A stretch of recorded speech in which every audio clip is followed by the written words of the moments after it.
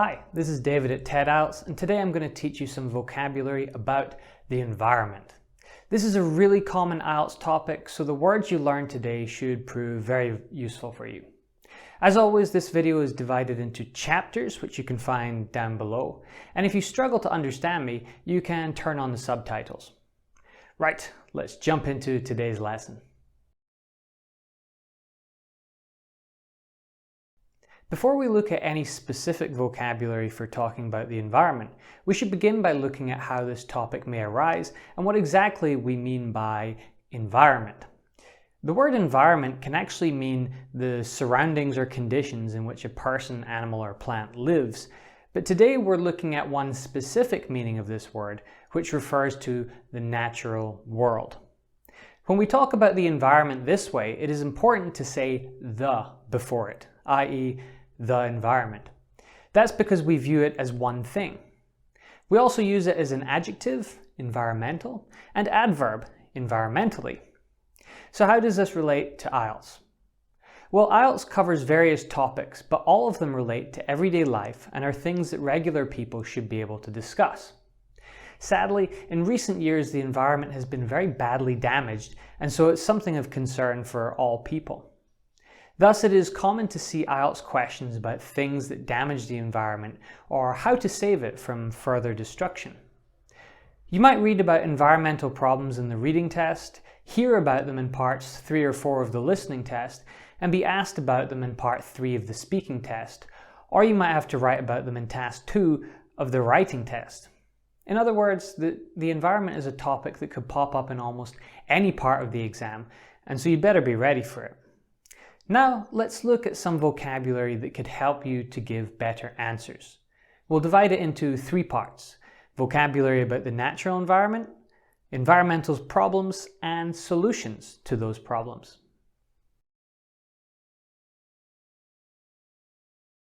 Let's start by learning some language to describe the natural environment. We will look at this before we get into human impacts on it. To talk about the natural environment, we should be familiar with words related to the different parts of our world. At the most basic level, you should know terms like sea, ocean, mountains, jungles, rainforests, and so on. You could benefit from noting specific parts of the world like the Arctic and Antarctica, as well as the Amazon and Sahara.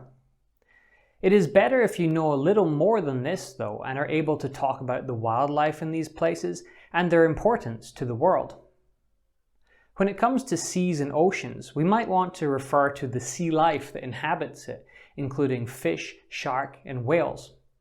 It would be useful to know what a coral reef is, that is, a diverse ecosystem home to vast numbers of marine animals. The word I just used there, marine, means something that lives underwater. I also mentioned ecosystem, and this is useful not just for describing life underwater, but anywhere on Earth. Out of the water we have forests and rainforests. The latter is tropical and the former is not. You should know their importance in providing a habitat for animals and turning carbon dioxide into oxygen. That word habitat basically means the place where something lives. We don't really use it for humans, but rather we talk about an animal's habitat being its natural home. There are obviously many more words you could learn about to talk about the natural environment, but given the type of questions that you will encounter in IELTS, it is better that we move on to look at some problems instead. You can always look at an atlas or encyclopedia if you want to know more vocab about the natural world.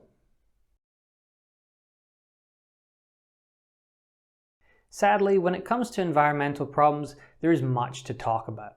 I'm going to try and focus on some of the biggest problems, exploring vocabulary related to these issues.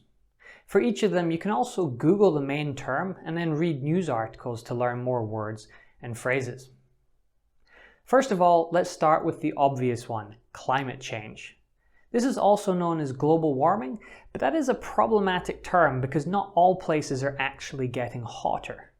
It is worth being able to say a little about the causes and effects of climate change. For example, climate change is caused by many factors such as air pollution and the loss of forests and coral reefs, and it has massive potential ramifications such as sea level rises and desertification. Ultimately, this could lead to the extinction of humanity and the destruction of our world. The word ramifications basically means the same as consequences, but is a little more serious. You can see I've referred to sea level rises and desertification. You probably know the former one means rising seas, and the latter means areas of land turning into desert. The word extinction here is very important and moves us on from the topic of climate change to other environmental issues.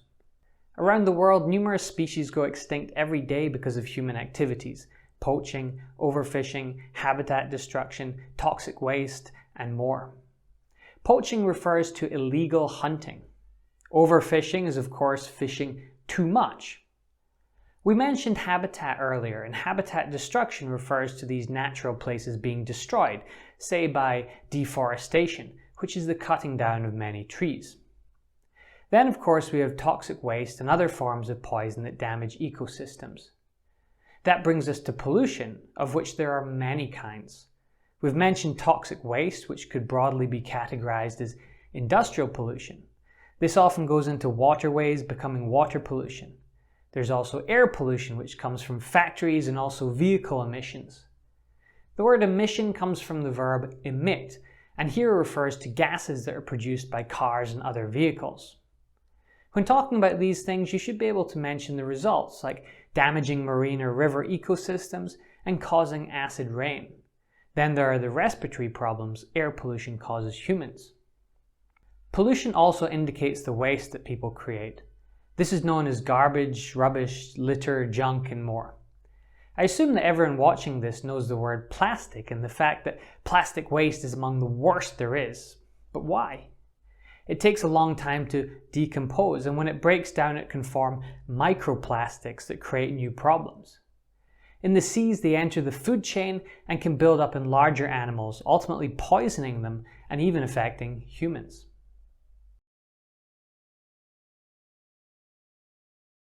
We were just talking about waste, which brings us to our final section, which is solutions to the problems we have discussed. When it comes to household waste, the obvious solution is to recycle as much as possible, but there is a common expression that ranks this as the third important of 3 R's: reduce, reuse, recycle. Reducing the amount of waste we produce is the most important thing we can do. Reusing it is the next best way of lowering our impact, and recycling is the third. On the individual level, you might also want to mention actions that people can try to reduce their contributions to climate change, such as using public transport or cycling instead of driving to work. You may want to talk about switching to electric vehicles instead of ones that use petrol. We can avoid unnecessary packaging, turn off electrical equipment when we're not using it, and compost our biodegradable waste. But perhaps the biggest solutions are not in the hands of regular people, but instead companies and politicians. Here you might want to talk about environmental regulations or legislation and policy that could be enacted. This is a vast area with numerous possibilities, but you don't need to get too specific. Here is a sentence from an IELTS writing question about the environment. We can see that it makes a reasonable suggestion for what governments should do, and it raises an important issue, which is the banning of fossil fuels and the promotion of renewable energy sources. What do we mean by renewable? Well, this means sources of energy that are not going to run out. Here is another example from that same essay. It mentions a few sources that are preferable to fossil fuels. Knowing these and being able to say a little about them will really help you. There's a pretty high chance that you will encounter some sort of reference to the environment in the IELTS exam, so you should be prepared for it. We've learned words and phrases today that will help you to give better answers, but you should still do more. Read articles, listen to podcasts, and watch videos about the environment. This is the best way to learn vocabulary and also to pick up ideas that you can use in your essays. Do this and you will be on track for a better score in your next IELTS test.